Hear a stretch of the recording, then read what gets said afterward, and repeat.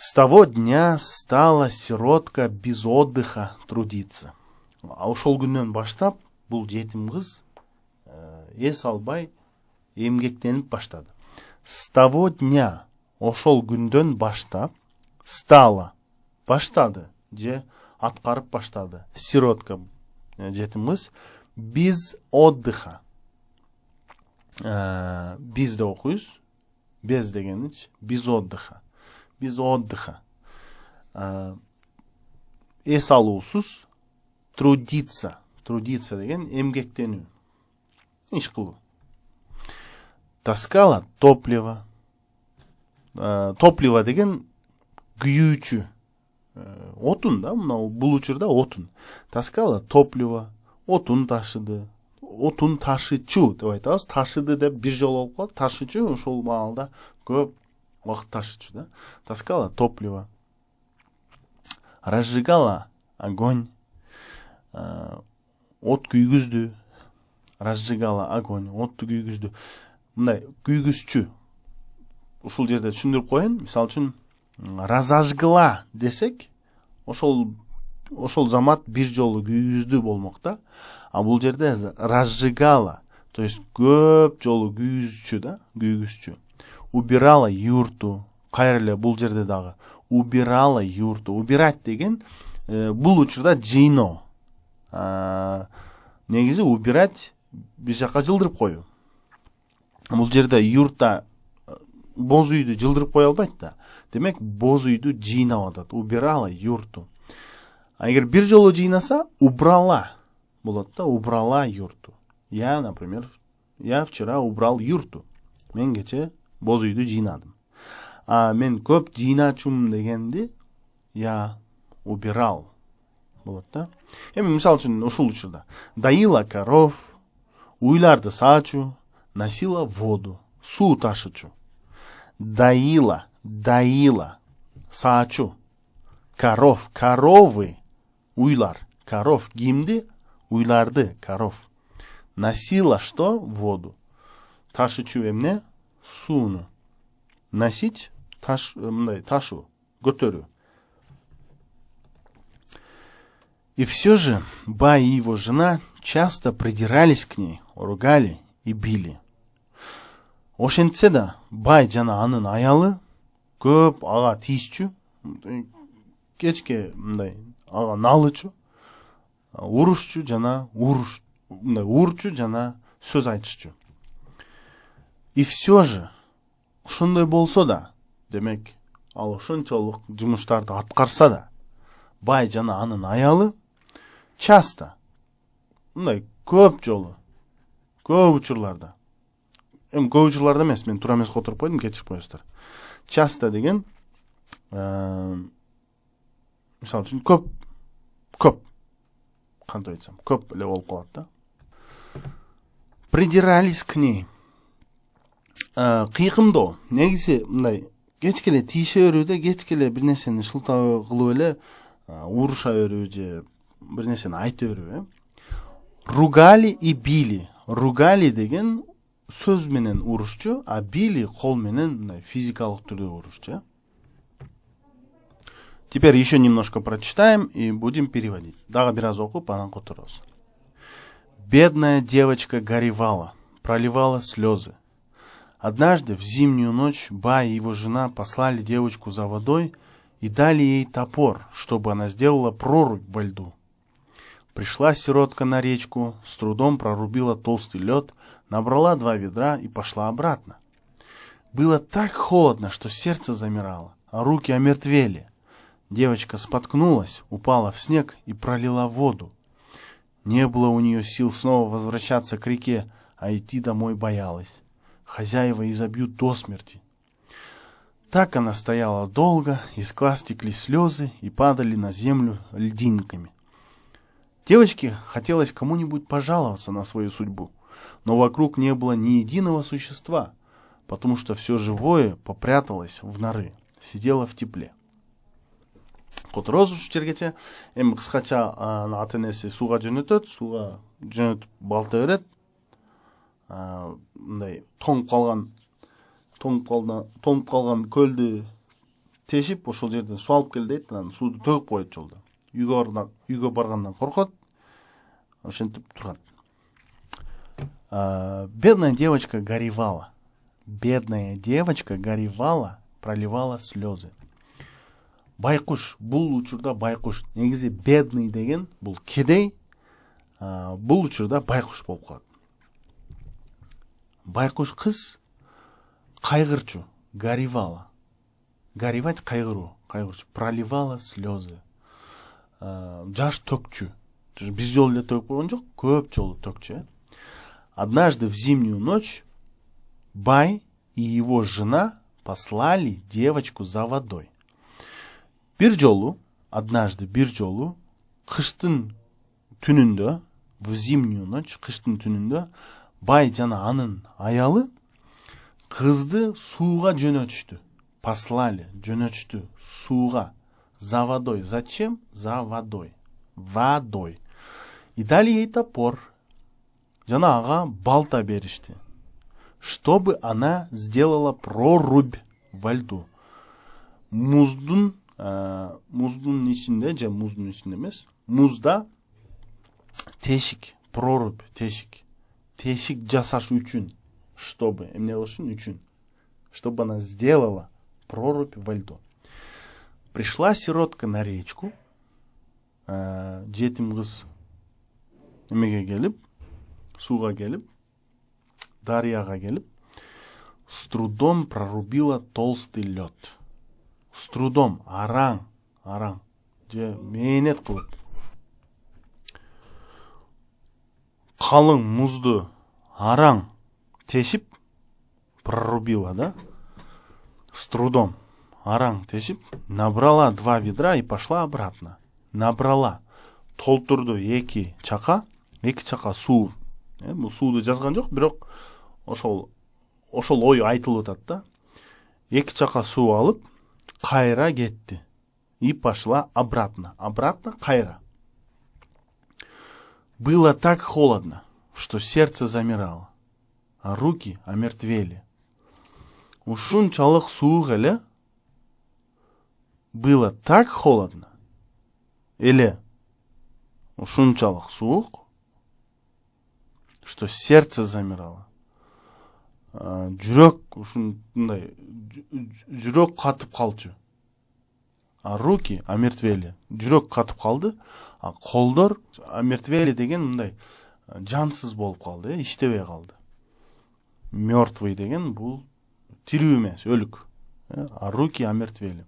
Девочка споткнулась, упала в снег и пролила воду. Не было у нее сил снова возвращаться к реке, а идти домой боялась. Хозяева изобьют до смерти. Так она стояла долго, из глаз текли слезы и падали на землю льдинками. Девочке хотелось кому-нибудь пожаловаться на свою судьбу, но вокруг не было ни единого существа, потому что все живое попряталось в норы, сидело в тепле. Шудергете контролем. Девочка споткнулась. Спо деп жазылып турат, бирок спа. Упала в с. Но ушундай бир эреже бар.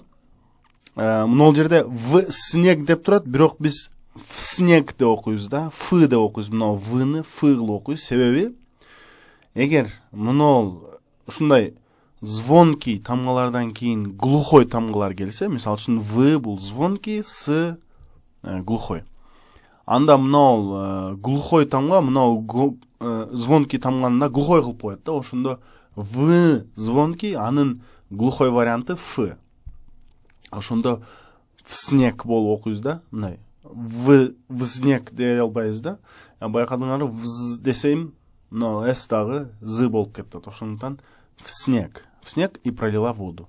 И пролила воду. Воду место воду. Себеби басым кайка түшүп атат?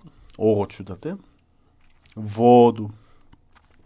Девочка споткнулась. Кыз чалышып кетип, буту чалынып кетип, упала в снег. Карга жыгылды, жана сууну төгүп койду. Пролила воду. Мындай да, Вылила воду өзі төктү да, а пролила бұл қапыстан төгіп қойды да. Пролила. Мындай өзінің ниеті төгүү емес болчу да. Я пролил воду, мен мисал үчүн төгіп қойдым. Я вылил, мен төгіп салдым, өзім төктүм. Не было у нее сил снова возвращаться к реке. Кайра дарьянын бойына барганга анда күчү жок эле. Не было жок эле у нее анда ал кызда сил күч, сил күчтөр жок эле, күчү жок эле, снова кайрадан возвращаться, ваз деп окутабыз, воз деген жокпуз, возвращаться к реке.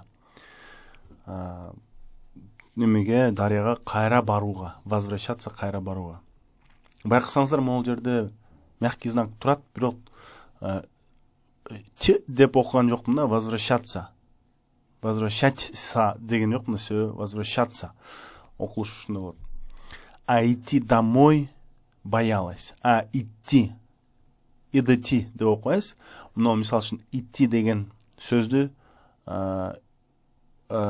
мындай элестетиңиздер, и т и идти дегендей да. Идти домой боялась. А үйгө баруудан коркуп турган экен. Ошол заматта, боялась, коркуп турган экен. Домой, үйгө. Эмнеге? Эки двоеточие деп коебуз мына эките точканы, эки чекитти. Хозяева изобьют до смерти. Хозяева, кожоюндар өлтүргүчө сабап салышат, изобьют до смерти. До смерти, мындай да, ушул учурда биз до смерти деп окуйбуз, мындай өлүмгө чейин. До смерти. А негизи до деген бир нерсеге чейин. Көп учурлар биз да деп дагы окуйбуз да, мынчы. Я проводил ее до дома. Же до дому. Мен аны үйгө чейин жеткиздим. Же мен жумушта 6-га чейин болом. Я буду на работе до 6. До 6 дейм, до 6. Кээ бир учурлар ушундай до смерти деп окуйбуз. Хозяева изобьют до смерти. Так она стояла долго, из глаз текли слезы. Ушинтип ал көпкө турду. Так ушинтип ана ал турду долго, көпкө. Из глаз. Мынол жерде глаз деп з болуп жазылып турат, бирок глаз деп эле окуп атабыз да. Из глаз көздөн текли слезы. Текли деп иге түшүп, текли, ошон үчүн и деп окуп атабыз. Текли слезы. Кээ бир учурларда мына ё тамгасы, негизи ё тамгасы бар, бирок азыркы орус тилинде байкасаңыздар болот, көп тексттерде ё тыбышы болсо деле е жазыла берет. Ёну негедир ушундай китептерден, тексттерден алып салышты да, бирок тыбыш бар. Ошондуктан бул жерде слез эмес, слезы. Текли слезы. Көздөн жаш акты, агып атты ошол маалда. Мисалы үчүн байкадыңыздар, акты менен агып аттынын эки айырмасы барбы? Акты бул бир жолу эле акты, а агып атты ошол заматта, ошол учурда агып жатты. Ошону байкаңыздар. Из глаз текли слезы. Мисалы үчүн из глаз упали слезы, же потекли слезы десе, ошол бир жолу агып токтоп калды. А бул учурда ошол заматта агып атты да, из глаз текли слезы и падали на землю. Жана жерге түшүп жатты, падали. Жыгылып жатты, падали. На землю льдинками. Жерге не болуп түшүп атты? Муз болуп түшүп атты. Льдинками. Кичинекей муз болуп түшүп атты. Девочке хотелось кому-нибудь пожаловаться на свою судьбу.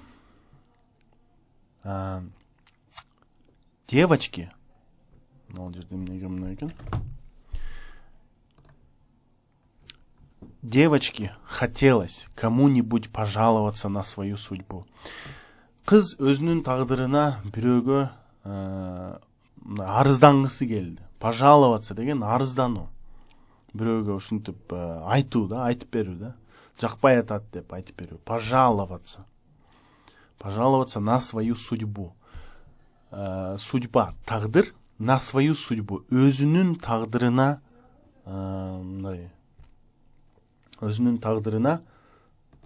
арызданып бирөөгө айтып бергиси келген экен да девочке. Хотелось кому-нибудь, кимдир бирөөгө, кому-нибудь. Бул бирөөгө да, белгисиз. Но вокруг не было ни единого существа. Но вокруг не было, не деп еге чутат басым, не было ни единого существа. Бирок айланада бир да жан жок эле. Единого. Эч кандай бир дагы жан. Существа бул бир зат. Вокруг айланада. Потому что деп окуйбуз, туурабы? Потому что все.